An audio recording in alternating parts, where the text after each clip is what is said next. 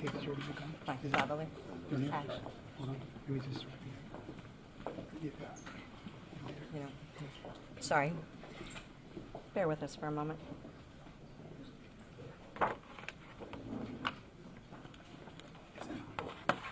You want to talk? Yeah, can you talk? Yep. Testing. Turn it off. Just, I guess just. Yep. You can. Can you hear me? Good. All right. Bear with me for a second.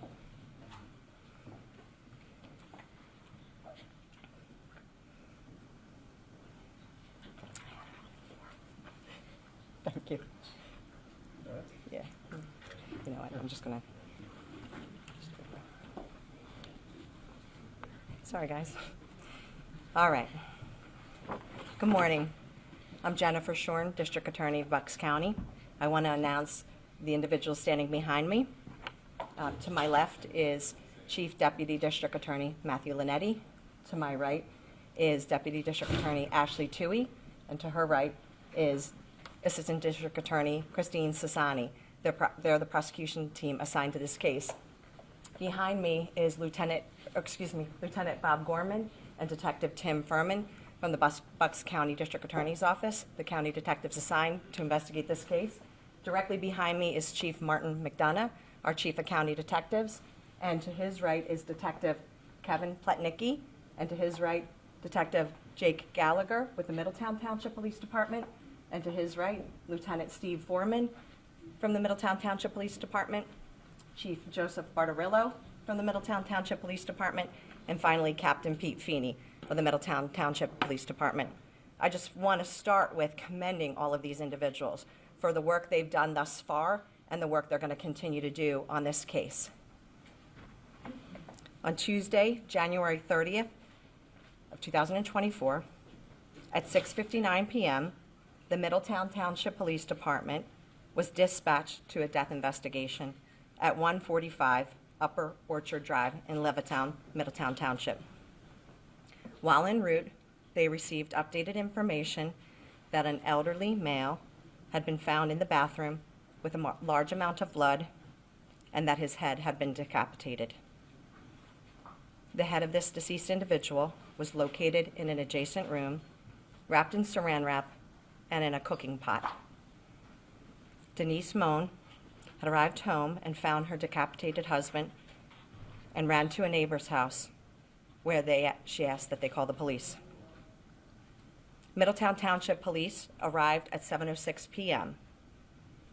The victim has been identified as Michael Francis Mohn, who was 68 years of age. He resided at that residence with his wife and his adult son. He was a federal employee with the Army Corps of Engineers. The victim's white Toyota Corolla and his adult son, Justin Daniel Mohn, were missing from the residence. Justin Daniel is 32 years of age. Police started a homicide investigation and the vehicle was entered into NCIC. Police were advised of a YouTube video depicting Justin Mohn holding the severed head of his father, Michael Mohn. Multiple calls were received by 911. Details of the video are as follows. The video is a 14-minute and 34-second video of Justin Mohn, where it is titled Mohn's Militia. It's a call to arms for American patriots. The video appears to be taken in the same bedroom of the home where bloody gloves were found. In the video, Justin Mohn is holding a human head detached from the body that was wrapped in plastic. Justin Mohn advised that the head is Mike Mohn's head. During the video, Justin Mohn advised that Mike Mohn is in hell for being a traitor to his country. During the video, Justin Mohn provides his identity and advises that he is the commander of America's National Network of Militia, also known as Mohn's Militia. During the video, Justin Mohn advises that he is giving the following order for all militia and patriots across the USA to kill federal employees. He also ordered that individuals from the FBI, IRS, and other federal law enforcement officers, and for those that work at the courthouse, to be arrested, that all federal agents, U.S. Marshals, federal judges, and Border Patrol be captured and tortured for information, and then publicly executed. Justin divulges the home address of a federal judge and puts a bounty on his head and heads of high-ranking federal officials. He demands violence against all federal employees, but exempts state government, state governors, and state employees. The suspect's phone was pinged, and it was, again, an outstanding effort by law enforcement to work in such a expeditious fashion, pinging the defendant's phone and identifying his location. It was determined that the location was showing at Fort Indian Town Gap, a National Guard training center in Lebanon County, Pennsylvania. The suspect drove his vehicle to this location. He climbed a barbed wire fence. After he drove his vehicle past the barricades first, exited his vehicle, climbed a barbed wire fence, and entered the secured military installation. Fort Indian Town Gap Police Department were notified of the ping in their jurisdiction. Shortly thereafter, Fort Indian Town Gap Police Department and the Pennsylvania State Police located Justin Mohn trespassing on governmental property. Justin Mohn was taken into custody without incident. The defendant had a loaded Sig Sauer 9mm handgun on him, and it was loaded, as mentioned, missing one round.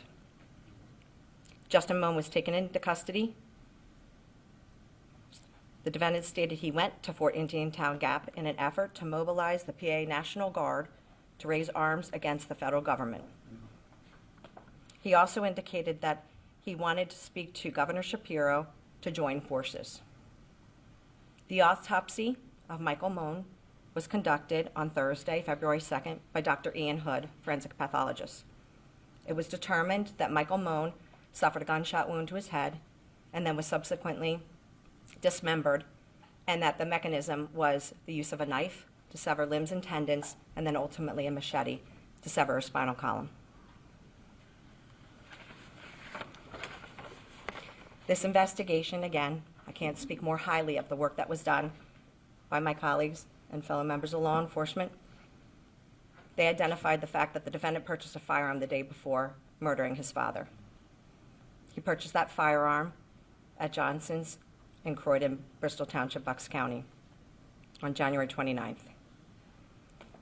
The defendant is a graduate from Neshaminy High School and Penn State main campus.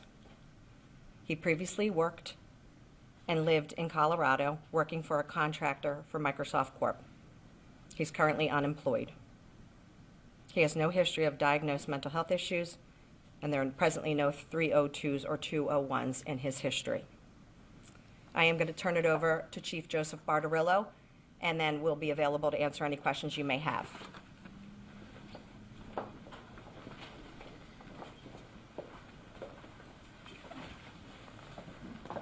Good morning, everyone. I'm Chief Joe Bartarella from the Middletown Township Police Department. So I want to start off just by saying that me and my entire police department, our hearts ache for the Mohn family. I know we had a meeting with them last night at our police headquarters with victims advocacy, and I just want to let everyone know that we will be with them every step of the way through this incredible ordeal that they're going through. And also our Upper Orchard community, which is one of our small communities within our Levittown section of our township, as the whole community mourns and aches over this, that our police department will be right there with them as they recover, on the road to recovery from what they've had to experience. The family was very well known, had a lot of neighbors and close friends that really cared about them. So I just want to put that out there first and foremost.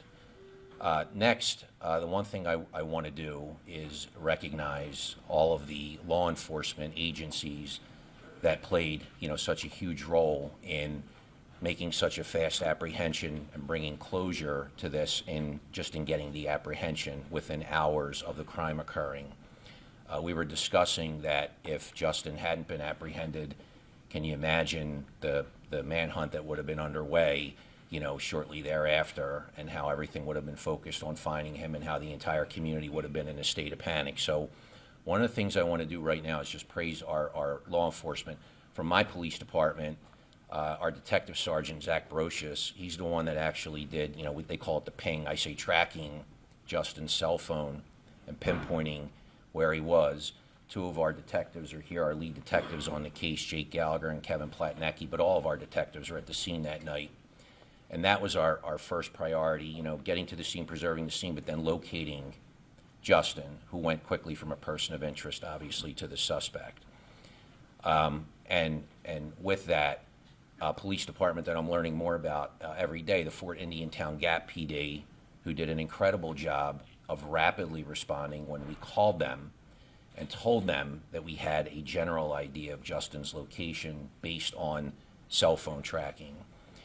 They located, Fort Indian Town Gap Police Department located his car first, and then later on, based on continuous cell phone tracking, were able to locate and detain him without incident.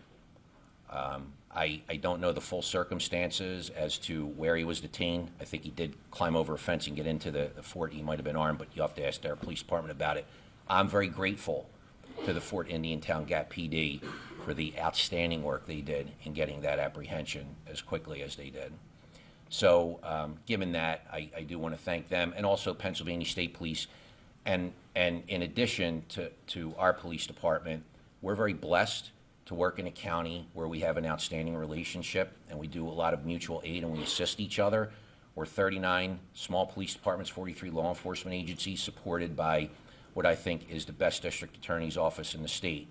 So I want to thank District Attorney Shorn, Chief of County Detectives Martin McDonough, and his entire staff, and also our coroner's office as well, for their incredible support in helping us process the crime scene and being there to provide the additional resources that we needed in order to handle, what has become, a very significant event and case that's gaining, national, if not worldwide attention. So I just wanted to make sure that I thanked, everyone who supported us through this. So our detectives were on it from the start, and they're still working. We've been very busy, and we're going to continue to be busy, as we continue to work through investigating this case. It's not over just because an arrest was made. There's still a lot of information that has to be done to ensure, that we move through with a successful prosecution. So with that, I really don't have anything else to add. Hang on one second. I don't have anything else to add. So I will just defer to District Attorney Shorn first, if she wants to take questions before I do. Thank you. Okay. Thank you, Chief Barbarella. I Does appreciate he it. indicate to you what sets him off to kill his father Tuesday night? So I've shared the information that I'm able to share at this juncture. As you know, this is an ongoing investigation with the most talented members investigating this case. I can't speak to anything further beyond what I conveyed thus far about statements made. Jen, is there any evidence he was a member of a militia? Obviously, Or had militia ties? Obviously, I think his online manifesto speaks for itself at this juncture. Again, this is going to be an ongoing investigation for months, and we'll continue to investigate this through the successful prosecution with this team present. Jen, how concerning is this to you and everyone out there that this was up online, as long as, with the calls for violence that were out there, that it was up as long as it was? That was incredibly concerning. I mean, obviously, from an evidentiary value, that video is very important, and we need to have possession of that. But it's quite horrifying how many views we understand it had before it was taken down. Obviously, we were able to capture and secure that video because it's pretty self-explanatory as to who's responsible, although these are allegations at this point. So that's very concerning. And I got to tell you, Jim, when to Chief Barbarella's point, the fear of what this could have been, I know that Chief McDonough and I were expressing that night. I know Chief Barbarella was living it that night, and it was thanks to this outstanding collaboration of the men and women in law enforcement. And also, I should mention, the U.S. Marshals assisted in making sure that individuals named were safe. But that was the reassurance that we all needed to know that we're safe and that this case will be prosecuted. Was he a legal buyer of that gun that he buys the He was. day before killing? He was. There was nothing legally precluding him from purchasing that gun. In fact, our investigation has revealed that he surrendered his medical marijuana card so as to be eligible to legally possess a gun. That also shows you the clear state of mind that he was in, having planned what he ultimately carried out. Has she had a mental health evaluation yet? I'm sorry, I can't speak to that. Did anyone have any interaction with YouTube, and what was that like in terms of a protocol to get that video down? Are you referring to anyone present team here? 1 second, please. We believe the federal authorities conveyed that, but also ultimately after the number of views, the content obviously became, that's a flag, that's a shot over the bow that something's unusual in that short period of time. So it came down pretty quick once we knew about it, but it was, excuse me, we did take steps obviously to preserve it, and we had that video. Did Justin Mohn how long it was up for? I'm sorry. Do we know how many views it got and how long it was up for? I know at some point when I was aware of it, there was over 5,000 views. Okay. You mentioned he had no 302s, but some neighbors said that they had reported him to police. Had he come to police attention before this incident? I'm going to turn that over to Chief Bartarello as it relates to that. I know you've been patiently waiting. Is it a separate, same question? Then I'll step aside.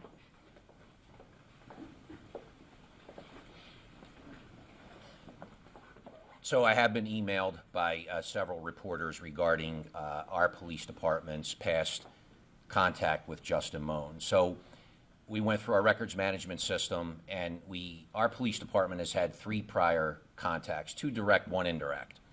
One was in 2011 when Justin was 19.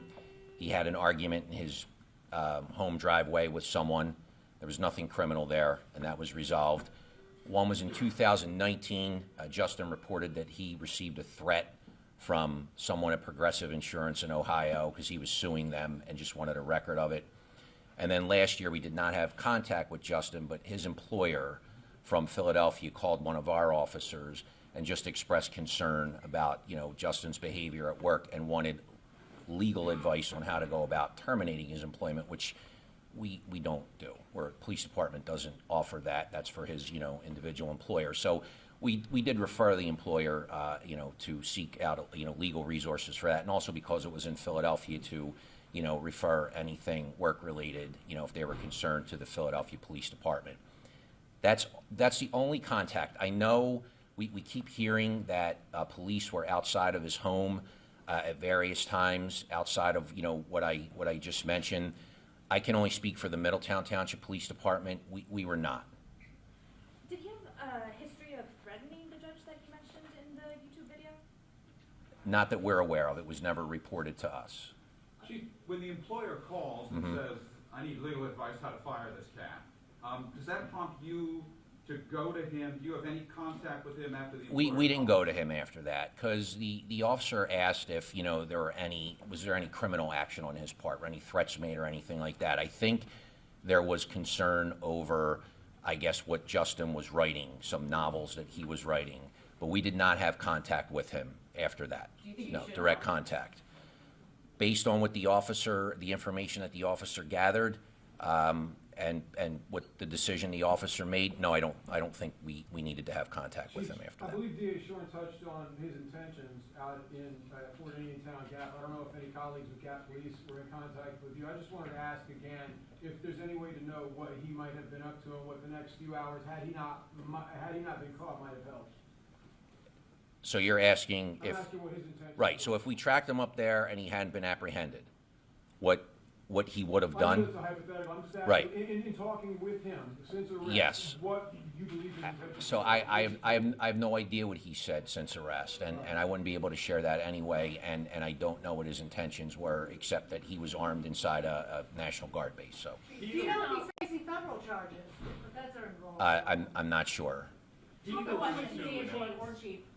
Sometimes with these online internet calls, there's some sort of dark web incel culture. Do we have any indication that anyone took his call seriously? Did he have any sort of online support in what he was calling for? What was that?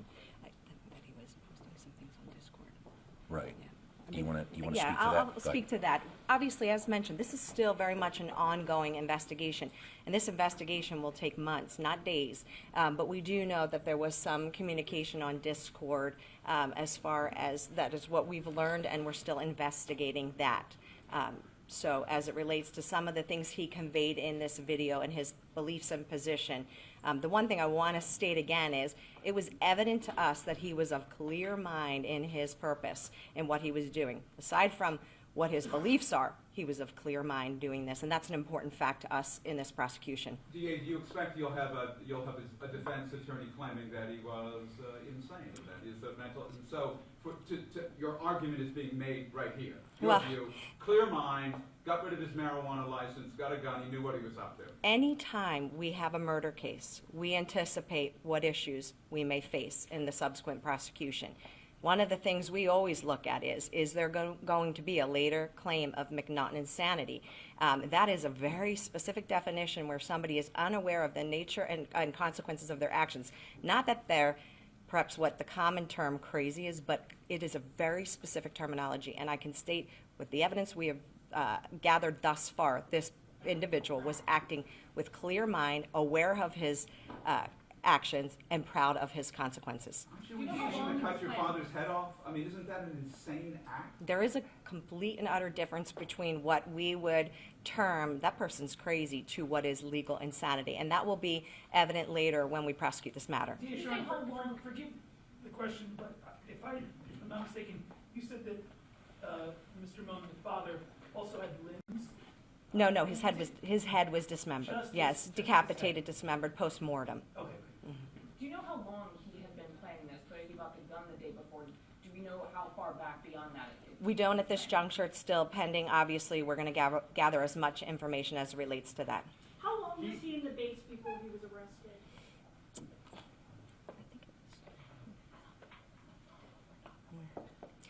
We don't believe it was that long. I'm sorry. We're still gathering that information. We obviously have a pretty good sense of his movements based on the investigative work that was done. And we believe shortly after the post that his path of travel was directly to Fort Indian Town Gap, and that is consistent with the timeline that we know. He lived with his parents. It's not like he was some estranged son who came out of nowhere for some sort of vengeance against his father. Is there any indication from mom or any other relative that there was anything leading up to this? I can't speak to that at this juncture, but I can echo what I could not have said better than Chief Bartarillo in that our thoughts are with this family. This is the unimaginable. So, that's going to take time. We're going to provide the resources for this family, but this is truly just unimaginable for them. So, again, we'll continue to investigate. Yeah, are there any new charges? He took his father's car, for example. Would that be additional charge? Anything new on that front? It is not uncommon for us at some point later to add charges. We'll evaluate that. This team of attorneys will evaluate what charges additionally are appropriate. But we wanted to make sure that we were charging immediately that night to take him into custody, and he is in custody without bail at the correctional facility in Bucks County. Do we know when he gave up his medical marijuana card? Days before. Okay. In his video, he had alluded that he had a previous contact with the FBI. Are you or Middletown Police aware of any previous contacts with the FBI, Federal Protective Service, Secret Service, any of those federal agencies? All questions as it relates to any federal probe or, federal contacts that existed prior to this homicide investigation, I'm going to refer to the FBI or Department of Justice to field those questions. Yeah, is he talking to you? I can't speak to that, Is he answering your questions? I can't speak to that. We're not able to speak to that. Is he proud of what he did, do you think? I mean, look at the picture there. He seems pretty calm and somewhat proud of himself. I think you can draw conclusions, your own conclusions, and I'm not saying that in a facetious manner from the video and how he, for those of you that viewed it, how he presented on that video. So, but I can't speak to that. Out of his 131 subscribers, are you investigating any of those for answering this call to arms that he put out? We'll obviously investigate anyone and everyone who is associated with this homicide, with the subsequent dismemberment, with the then events to flee the scene. We will consider anyone who may be an accomplice. Was anyone else in the house when this happened, or was it just the victim's wife when she came home? The victim's wife who discovered it she was home alone. So if there's not any other questions, I think, you go ahead. You said he'd never been diagnosed officially with any mental illnesses. Do we know how? I didn't say that. I didn't say that. I can't speak to that. Oh. I can't speak to that. Do we know how he got his marijuana card? I don't know that. Okay, thank you very much. Appreciate you being here.